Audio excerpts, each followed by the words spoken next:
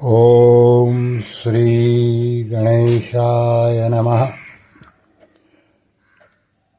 આપ સર્વે ગીતા પ્રેમી ભક્તોનું આપની ચેનલમાં હાર્દિક સ્વાગત છે. બધાને ભાવપૂર્વક જય શ્રી કૃષ્ણ. આજે અધ્યાય 12 શ્લોક 1-10 ગુજરાતી ભાષાંતર સાથે. વસુદેવ સુતં દેવં કંસચાણૂરમર્દનમ દેવકી પરમાનંદં કૃષ્ણં વંદે જગદ્ગુરું. શ્રી કૃષ્ણં વંદે જગદ્ગુરું. ઓમ શ્રી પરમાત્મને નમઃ. શ્રીમદ્ભાગવત ગીતા 12 અધ્યાય ભક્તિ યોગ.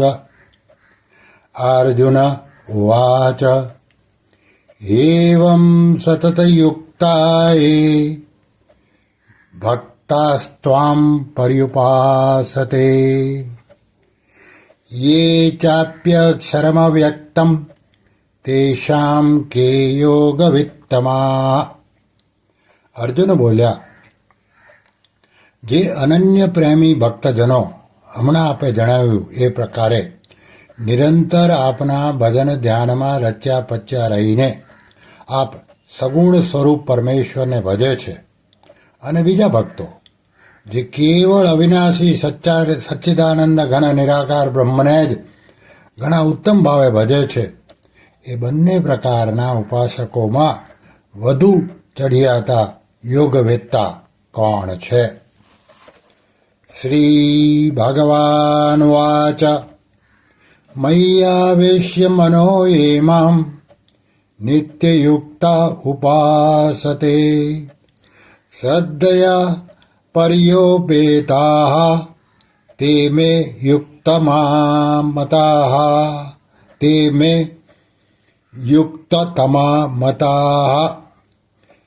શ્રી ભગવાન બોલ્યા, મારામાં મનને પરોવીને નિરંતર મારા ભજન ધ્યાનમાં રચ્યા પચ્યા રહેનારા જે ભક્તજનો અત્યંત અડગ શ્રદ્ધાભાવથી યુક્ત થઈને મુજ સગુણ સ્વરૂપ પરમેશ્વરને ભજે છે, તેઓ મને યોગીઓમાં વધુ ચડિયાતા યોગી રૂપે માન્ય છે. યે ત્વમક્ષરમ નિર્દેશ્યમ અવ્યક્તમ પર્યુપાસતે સર્વત્ર ગમચિંત્યમ ચ કુટસ્થમચલમ ધ્રુવમ સન્નિયમ્યેન્દ્રિયગ્રામમ સર્વત્ર સમબુદ્ધયઃ તે પ્રાપ્નુવન્તિ મામેવ સર્વભૂતહિતે રતાઃ.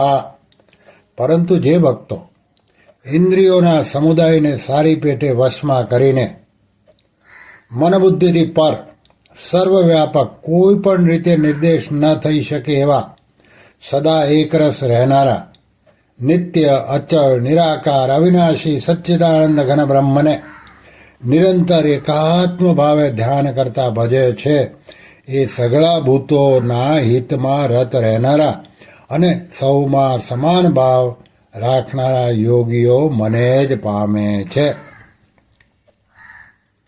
ક્લેશોધિકરસ્તેષાં અવ્યક્તાસક્તચેતસાં અવ્યક્તા હિ ગતિર્દુર્ગમ દેહવદ્ભિર્વ્યાપ્યતે.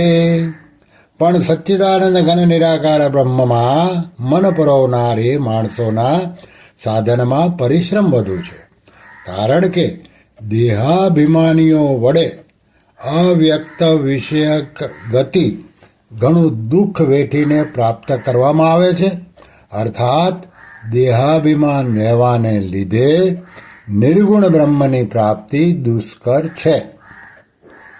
એ તુ સર્વાણી કર્માણિ મયિ સંન્યસ્ય મત્પરા અનન્ય નૈવ યોગેન મામ ધ્યાયંત ઉપાસતે. પરંતુ મારે પરાયણ રહેનારા જે ભક્તજનો સર્વ કર્મોને મારામાં અર્પણ કરીને મુજ સગુણ સ્વરૂપ પરમેશ્વરને જ અનન્ય ભક્તિ યોગથી નિરંતર ચિંતન કરતા ભજે છે તેષામહં સમુદ્ધર્તા મૃત્યુ સંસાર સાગરાત ભવામી નચિરાત પાર્થ મય્યા વેશીત ચેતસામ. મારામાં ચિત્ત પરોવનારા એ પ્રેમી ભક્તોનો હે પાર્થ, હું સત્વરે મૃત્યુરૂપી સંસાર સાગરમાંથી ઉદ્ધાર કરી દઉં છું. મય્યેવ મન આધત્સ્વ મયી બુદ્ધિમ નિવેશય નિવશિષ્યસી મય્યેવ અત ઉર્ધ્વં ન સંશય. મારામાં મનને પરો અને મારામાં જ બુદ્ધિને જોડ, એ પછી તું મારામાં જ નિવાસ કરીશ, એમાં લેશ માત્ર સંશય નથી.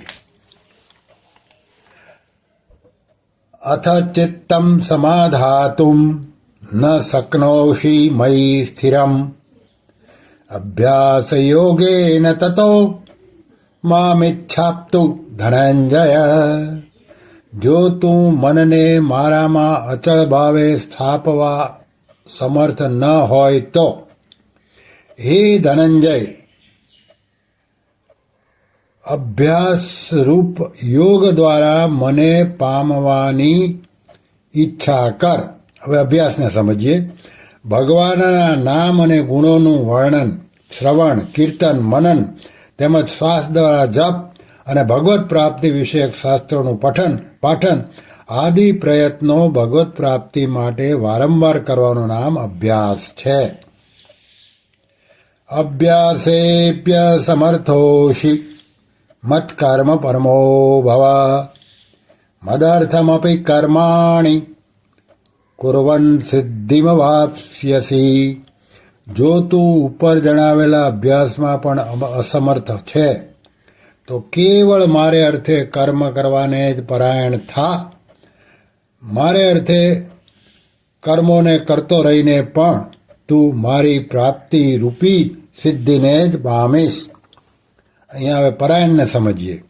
સ્વાર્થ છોડીને તથા પરમેશ્વરને જ પરમ આશ્રય અને પરમ ગતિ માનીને નિષ્કામ પ્રેમ ભાવે સતીઓમાં ઉત્તમ પતિવ્રતા નારીની પેઠે મનવાણી અને શરીર દ્વારા પરમેશ્વરને અર્થે જ યજ્ઞ, દાન અને તપ આદિ સંપૂર્ણ કર્તવ્ય કર્મોને કરવાનું નામ ભગવદ અર્થ કર્મ કરવાને પરાયણ થવું છે. નારાયણ નારાયણ નારાયણ નારાયણ.